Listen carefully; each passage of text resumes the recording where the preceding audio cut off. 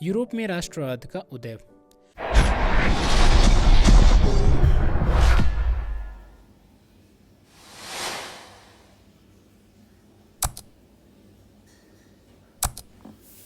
राष्ट्रवाद की अवधारणा का अर्थ है एकजुटता, सामान्य पहचान, सामान्य जुड़ाव की भावना। 19वीं शताब्दी के दौरान राष्ट्रवाद का विचार एक ऐसी शक्ति के रूप में उभरा जो यूरोप की राजनीतिक और मानसिक दुनिया में भारी परिवर्तन लाए। 1789 में फ्रांसीसी की क्रांति में फ्रेंच आधुनिक राष्ट्रराज का मार्ग प्रशस्त किया। अब इसमें आप एक फिगर देख सकते हैं, थोड़ा इसी के बारे में हम यहाँ पे 4 चीज़ें देखेंगे। 1848 में फ्रांसीसी कलाकार फ्रेडरिक सीरियू ने लोकतांत्रिक और सामाजिक गणराज्य से बने विश्व में अपने सपने को देखते हुए 4 प्रिंट की श्रृंखला बनाई है। पहला प्रिंट यूरोप और अमेरिका के लोगों की एक लंबी ट्रेन में मार्च करते हुए दिखाता है और जो स्टैचू ऑफ लिबर्टी को उनके पास से गुजरते हुए श्रद्धांजलि अर्पित करता है। एक हाथ में स्त्री की आकृति और दूसरे हाथ में पुरुष अधिकार का चार्टर था जिसमें आत्मज्ञान का स्पर्श था, और दूसरा है अग्रभूमि में पृथ्वी पर निरंकुश संस्थाओं के प्रतीकों से बिखरे अवशेष पड़े हुए थे। सीरिया के यूनाइटेड विजन में दुनिया के लोगों को अलग अलग राष्ट्रों से रूप में समूहीकृत किया जाता है जिसे उन्हें झंडों और राष्ट्रीय पोशाक के माध्यम से पहचाना जा सकता है। जूलियस का नेतृत्व संयुक्त राष्ट्र अमेरिका, स्विट्जरलैंड ने किया है जिसमें फ्रांस और जर्मनी ने। जर्मनी के लोगों द्वारा ऑस्ट्रिया में लोग हैं और 2 सीलिया के राज्य लोम्बार्डी और पोलैंड, इंग्लैंड, आयरलैंड, हंगरी और रूस भी हैं। 5वां अगर हम बात करते हैं, ऊपर स्वर्ण से और मसीम, संत और स्वर्ण दूत एक दूसरे को देखते हैं। उसका उपयोग कलाकार द्वारा दुनिया के देशों के बीच में भाईचारे के प्रतीक के रूप में किया जाता है। फ्रांसीसी क्रांति और राष्ट्र राज्य का विचार। 1789 में फ्रांसीसी क्रांति राष्ट्रवाद की पहली स्पष्ट अभिव्यक्ति थी। संयुक्त समुदाय के रूप में राष्ट्र का जोर देने के लिए फ्रांसीसी क्रांति एक नए विचार के रूप में पेश किया गया।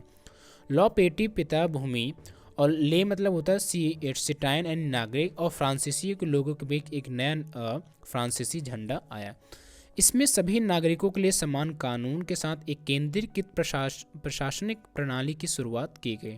क्षेत्रीय बोलियों को हतोत्साहित किया गया और फ्रांस देश में आम भाषा बन गई, और हर भजन रचे गए और शपथ भी ली, और आंतरिक सीमा शुल्क और जो देय राशि था उसको समाप्त कर दिया गया। अब आते हैं नेपोलियन कोड क्या है। तो नेपोलियन ने फ्रांस में लोकतंत्र को नष्ट कर दिया, लेकिन 1804 में नागरिक संहिता को लागू करके क्रांतिकारी सिद्धांतों को शामिल किया जिसे नेपोलियन कोड के रूप में जाना जाता है।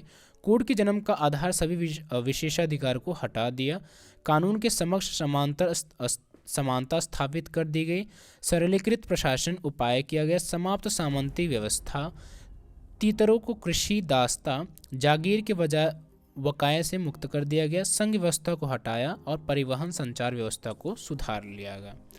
नेपोलियन राजनीतिक स्वतंत्रता छीन ली और करों में वृद्धि करी, सेंसरशिप लगा दिया, लोगों को फ्रांसीसी सेना से शामिल होने के लिए मजबूर, जो फ्रांसीसी सेना है उसमें लोगों को शामिल होने के लिए मजबूर कर दिया। इसे कहते हैं नेपोलियन कोड।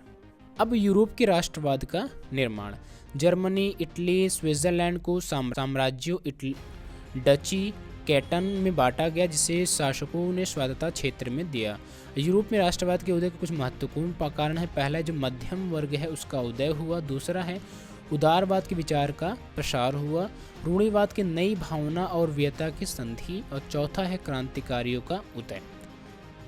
अब हम आते हैं अभिजात वर्ग और नया मध्य वर्ग। अभिजात वर्ग और नया मध्य वर्ग क्या है। अभिजात वर्ग और राजनीतिक सामाजिक रूप से मध्यद्वीप और प्रमुख वर्ग था। उनके पास ग्रामीण इलाकों, शहरों में घरों में संपत्ति थी।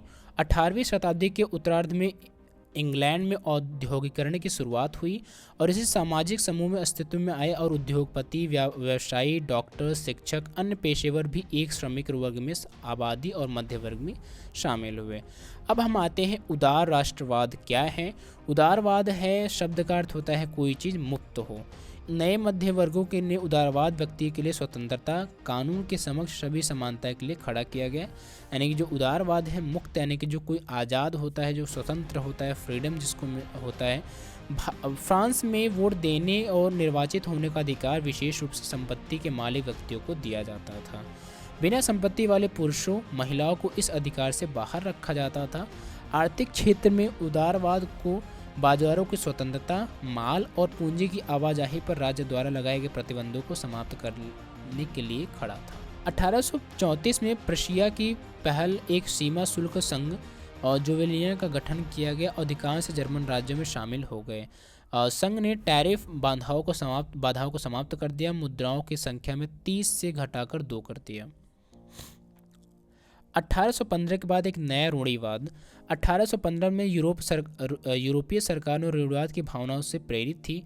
इसका अर्थ है पारंपरिक जो विचारधाराएं हैं उसको लेके चलना।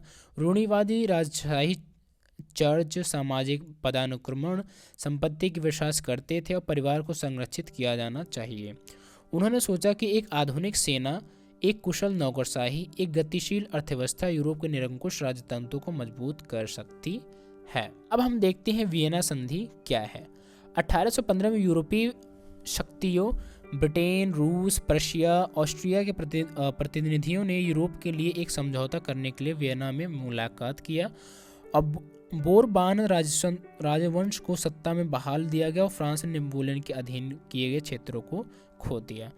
अब आते हैं क्रांतियाँ क्या क्या हुई हैं, उनके बारे में थोड़ा सा हम चर्चा करते हैं। जुलाई 1830 में बोरबान राजा को उदार क्रांतिकारी द्वारा उखाड़ फेंका गया, जिन्होंने लुई फिलिप्स के नेतृत्व में एक संवैधानिक राजतंत्र स्थापित किया।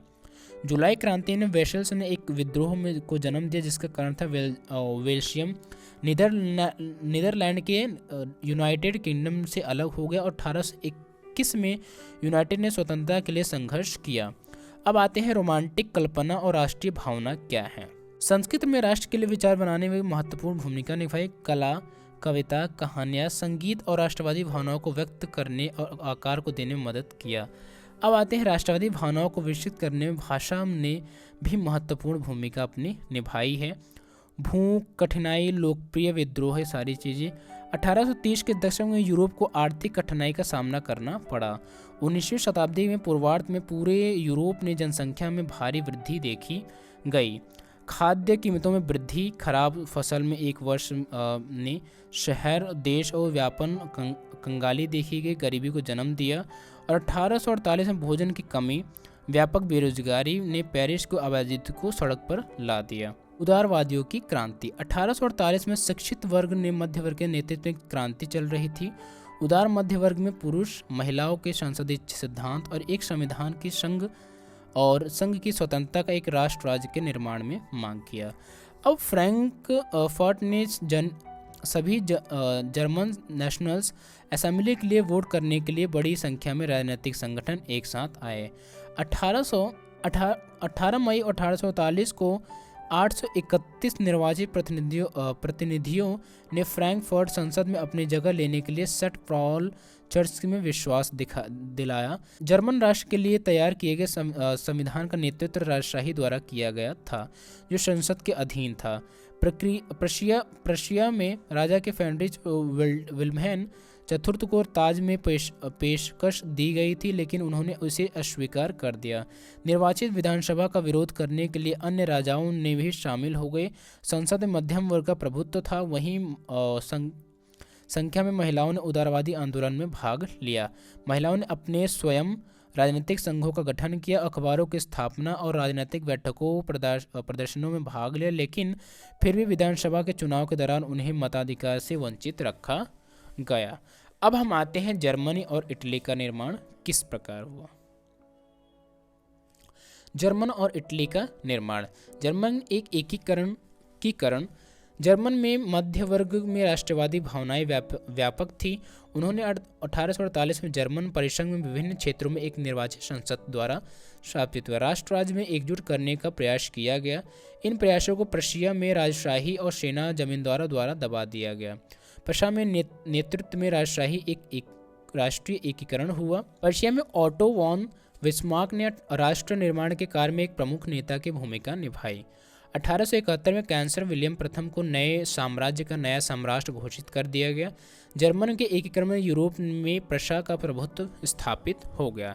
एक जर्मन साम्राज्य द्वारा मुद्रा, बैंकिंग, कानूनी, व्यायिक प्रणाली शुरू हो गई।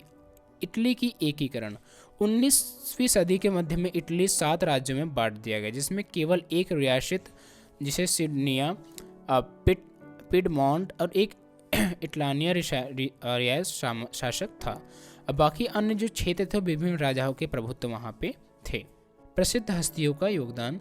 ग्यूसेप मैज़नी 1930 के आसपास ग्यूसेप मैज़नी ने बर्न में यंग यूरोप नामक एक गुप्त समाज का गठन किया और मैटनिक ने इन्हें हमारी सामाजिक व्यवस्था का सबसे खतरनाक दुश्मन बताया। Count Camillo di Cavour Sardinia Piedmont के मुख्यमंत्री माउंट कैवोर ने इटली के एकीकरण के लिए आंदोलन नेतृत्व किया और 1859 में सिडनिया और पोर्टमोट ने ऑस्ट्रिया सेना को हरा दिया। ग्यूसेप गैरिबाल्डी, ये हैं ग्यूसेप गैरिबाल्डी।